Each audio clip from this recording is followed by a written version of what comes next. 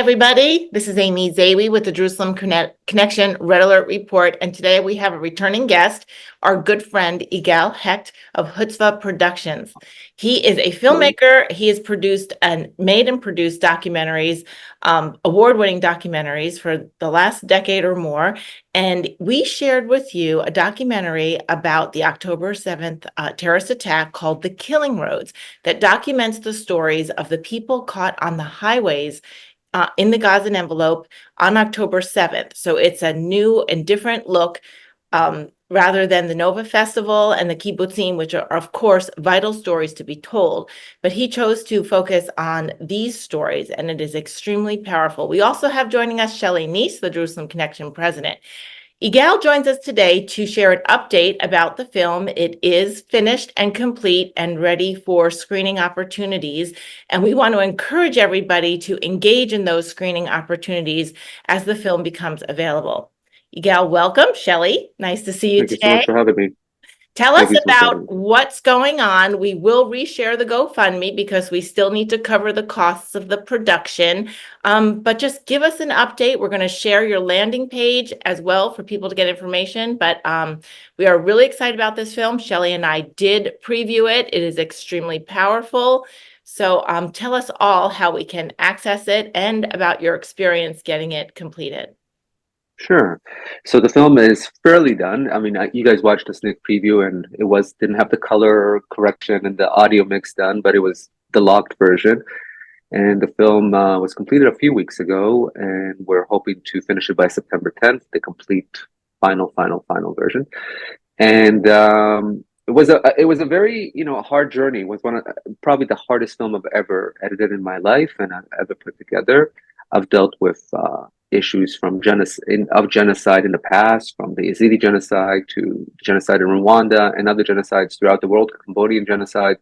But this has definitely been the hardest film, also the most personal film that I've ever made. I'm in the movie, and we've talked about briefly before we started recording about how I'm constantly have a very matte face in the film, and I think that sort of has stayed with me throughout the whole process of making this movie. It's a very traumatic and it's a very graphic movie. I think that one of the first things that we have to make people aware of, that this is not a film for anybody who's under 18. I don't think it's a film for anybody who's under 30. But it's a very very graphic film with a lot of images that haven't been shown before. Some images that, if you've been following the story, you've probably seen in different films or on newscasts, but a lot of the images, at least 50 to 60% of the film, is brand new images from Road 232 and Road 34, which is around the Gaza Envelope, that haven't been shown. And there you see basically almost a minute-by-minute account of the roads and what happened on them, the barbarity of various Palestinian Arab terrorists that took place on that day. And so the distribution of the film is still the same as when I was on a couple of months ago. The film will be available for everyone to see for free. We are going to post it on all social media websites, all social media apps and whatnot, Facebook, X, YouTube, Vimeo, etc. I am very fearful that the movie will be taken down. I'm noticing that even a post that I posted about no origami dancing the other day on Facebook was taken down. So so if that was taken down, I can only imagine what would happen with this film. However, we also have a dedicated website for the film, thekillingroads.com. You can log on right now, and you'll just see a landing page right now. But on October 1st, the film will be released, and it'll be there for quite a while for people to experience if they can't see it on the various social media links. There'll also be all the social media links on the website itself, and so people can hopefully share it. Our aim is that this film gets shared throughout social media, spreads like a brush fire, because it really does deal with the reality of what happened in that day. Unlike wonderful movies like We Shall Dance Again or the Nova Party movie and other movies that have come out and will come out, or at least that have come out, sorry, this film takes a very different approach you are there. The film all happens on the road. 95% of the interviews are at the exact same places where the horror occurred. And we found visuals of almost every person who we feature in the film. We didn't start out that way, but through research, very meticulous research, about 60 hours of dash cam footage that I went through second by second for about 3 months, we found the research that we found the footage, unfortunately, of the people who we feature who were murdered on that horrific day. And so the film is a very uh, graphic and unfiltered look at what happened on October 7th and how Palestinian terrorists, people want to say it's Hamas, but it's not Hamas, it's Palestinian terrorists, Hamas, Islamic Jihad, and Gazan citizens murdered, burned, raped, and decapitated basically Jewish women, Jewish children, Jewish men, and non-Jews as well on that horrific day. So, Igal, we want to make sure that this film gets in front of as many people as possible. And one of the thoughts we have, Shelley and I will be messaging organizations, Christian leaders, Christian university personnel that we personally know. This could be a great opportunity for people to view it together in a group setting, and then have some pretty honest discussions. And you could even, you have mentioned that, depending on your schedule and availability, even be invited to come to a screening like that, if it was at a university or a church group. Tell us about what you're thinking as far as if there's a screening and you get invited in. I think that would have tremendous impact for the viewership to meet you. So absolutely, I will make myself available to anyone, any organization, especially on campuses or any churches or any organization that is willing to basically share what happened on that day. There's a lot of denying, there's a lot of downplaying. If it's not denying, somebody will say, oh, glossing over October 7th. And one of the points that we make in the movie, that nothing would have happened in Gaza had October 7th not happened. And the people who are lying and are denying or trying to justify October 7th quite often say, no, this started 75 years ago.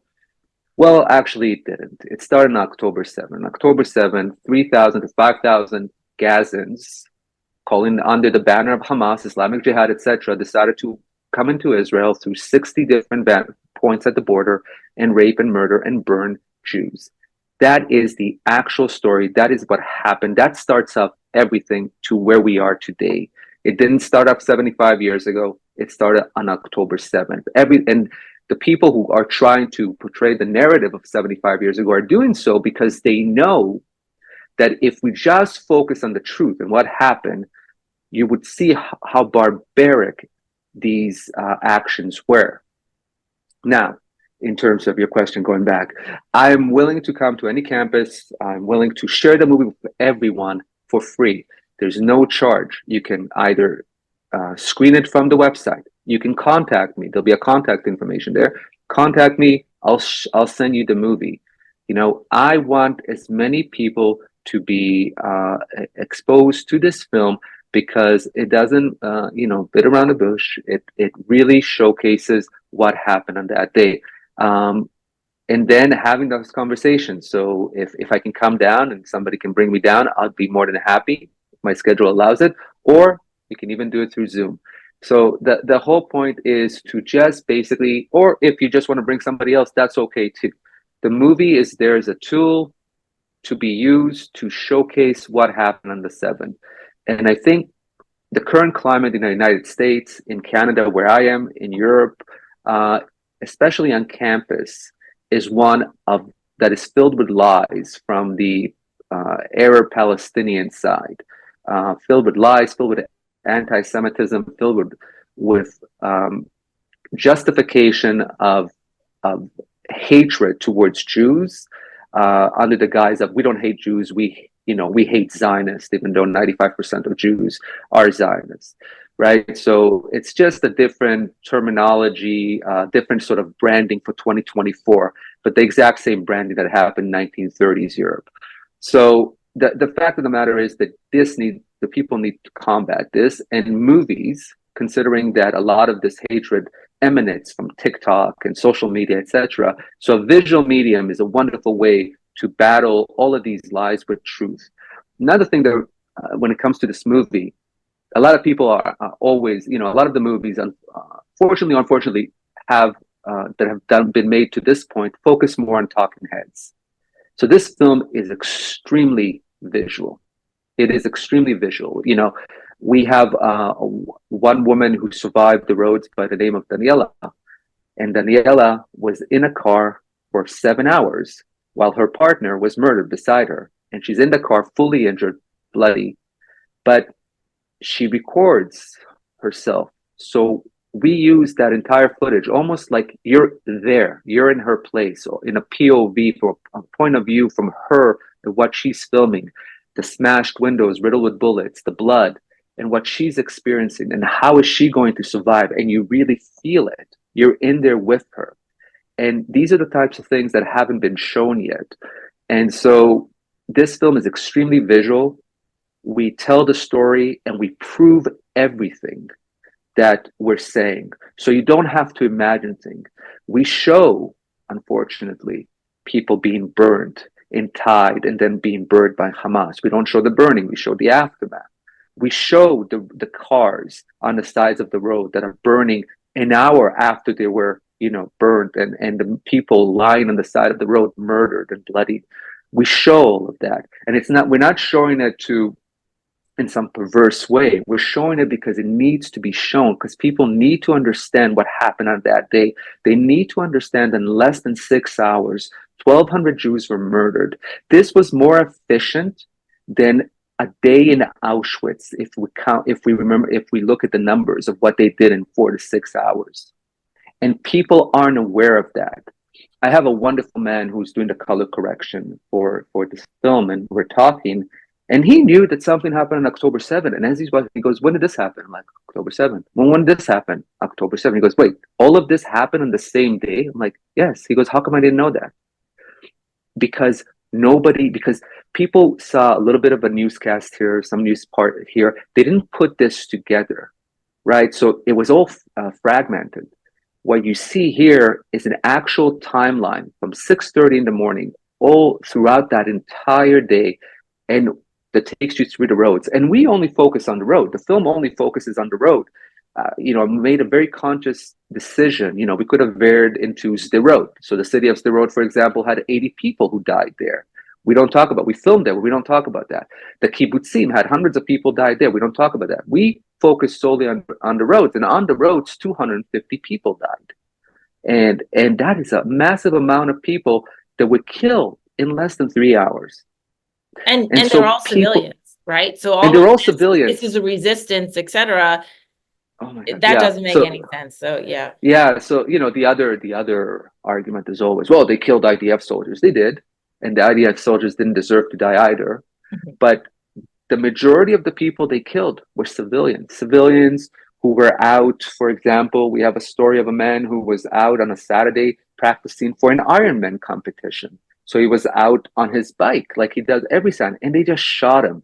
They didn't give him a chance to live. They shot him, and then what they did, and that's another thing that we show and we talk about in the film, it wasn't enough that they just shot people. They went car by car and systematically executed people, just murdered them. It wasn't enough that they shot 1, 2, 3 bullets in them. No, they went car by car and they kept shooting them. And one of the things that you hear, and this is from Hamas's own cameras that we have, is that joy, the Allah Akbar that they shout out. Who praises God when they murder people? I don't know. I don't know which barbaric society praises God when it murders, when people go and murder in the name of God. They're just like praising them constantly, like and just joyful. And you hear the audio and you see their faces and they're so happy about it. And that is something that people aren't aware, that people need to see. And visually, the film illustrates that. It's not propaganda. It's not AI. It's actual footage from Hamas. That's the other thing. It's actual footage from the terrorists themselves. I Wow. think one thing about the road story that really impacted me watching it too is, the Nova Festival, that's easy to imagine how Hamas was able to kill hundreds of kids that were in a field defenseless. But Yeah. the story of the roads is more complicated, and it was hard to imagine on a timeline how Hamas was able to get control of both of those junctions. And I mean, really, they were patrolling the area. So some of the stories of kids in bomb shelters trying to, that they keep increasing their numbers, and Hamas is patrolling, so they might throw a grenade in once, and then they're going to shoot, Yeah. and then they're going to throw a grenade. So it helped in my mind, and I mean, I've tried to stay connected to October 7th, tried to learn every story that I could, but the roads is a more complicated story. And even just there was a high number of athletes killed that morning, because Yeah. who else is out on a road at That 6:30 in early. the Yeah, morning? yeah. Yeah. So Yeah. even just piecing all of that together, whether or not it's a nurse getting off a night shift, or whether or not it's kids hiding in a bomb shelter, or an athlete trying to get a long bike ride in on a holiday, you start to put together the type of people that just got caught in the middle, and how much control and for how long Hamas had of those roads, that there was no escape for hours. No, they created ambushes, kill zones. They had units patrolling on motorcycles, because it's easier to get around motorcycles. Units of 20 on motorcycles, all equipped with GoPros, because again, they wanted to record the carnage and the horror. They definitely did. And they just went bomb shelter by bomb shelter, and sometimes they left and then they returned because maybe somebody came. So they were patrolling back and forth. They were creating ambushes back and forth. You also notice that they were wearing what looked like IDF uniform. So people would slow down and try, maybe stop, thinking, "Oh wait, is that a soldier?" And then they would shoot them down. And you see that throughout that day. And so, they didn't care. Their entire mission, I say this in the movie, the Nukhba's entire mission, the Nukhba, Hamas, terrorist Nukhba's forces who patrolled the roads, their entire mission was to kill Jews. Hostages was secondary. Yeah. Kill as many as you can. And not It just didn't kill matter. them, but inflict as much pain Exactly. as possible, and also use their own recording of it to continue that pain, right? Of course. As people discover. Igal, Absolutely. we're Yeah. going to do our best. Shelley and I are going to do our best to distribute this information to our entire network, and also to message other network leaders, Jew and Christian, wherever this can be shown, in synagogues, JCCs, churches, university groups are probably really important, because so many university students, whether they're Christian colleges or secular universities, state schools, etc., they are being wooed by that false narrative. They are being wooed. Well, maybe it was resistance. Maybe it was freedom fighters and this ridiculousness. It is important that people understand this is not how American revolutionaries worked, or other legitimate wars in the past, where a good was fighting evil. This is a good country, Israel. We know it's good. It's ordained to be good, even though not perfect. And it was being attacked by evil. It's not political. It's just a good versus evil. And we will make sure we'll share your GoFundMe page so that people can continue to help cover those production costs and the access points to get it, whether they screen it on their own, or in a classroom, or in a larger venue, and also how to contact you so that they can invite you to speak on Zoom, or however it might work out, and get more insight in the conversation. I really appreciate that, and I hope again people just watch Killing Roads, watch other films that are coming out. I know there's going to be a film on Paramount Plus called We Shall Dance Again. Pretty much watch any film that comes out about October 7th, because unlike the people who support this barbaric actions, no one in Israel woke up on October 7th wanting a war with Gaza, wanting to kill Arabs, wanting to kill anyone. On the flip side, 5,000 barbaric terrorists woke up with one purpose: to destroy, to murder, to rape, to burn Jewish women, Jewish children, Jewish men. That was their only purpose. And I think people really need to wrap their head around that. It's hard because we don't want to believe that such evil exists in the world, but it does. It really does. And unfortunately, in Palestinian society, organizations like UNRWA and other UN aid organizations, various organizations, are the ones perpetuating this narrative of hatred towards Israel and towards Jews. And as people, we need to demand better from our leaders. Hopefully, Americans, we need to demand better from our Canadian leaders here who are funding organizations like UNRWA. I hope people in the States demand better from the Biden administration to stop funding people like UNRWA. But overall, we need to really educate ourselves about what happened on October 7th. Thank you, Igal, for your time. And we will be following up this fall with you as well to talk more about the reception and to remind folks where and how to get access to this film. Wonderful. Thank you so much. Thank you.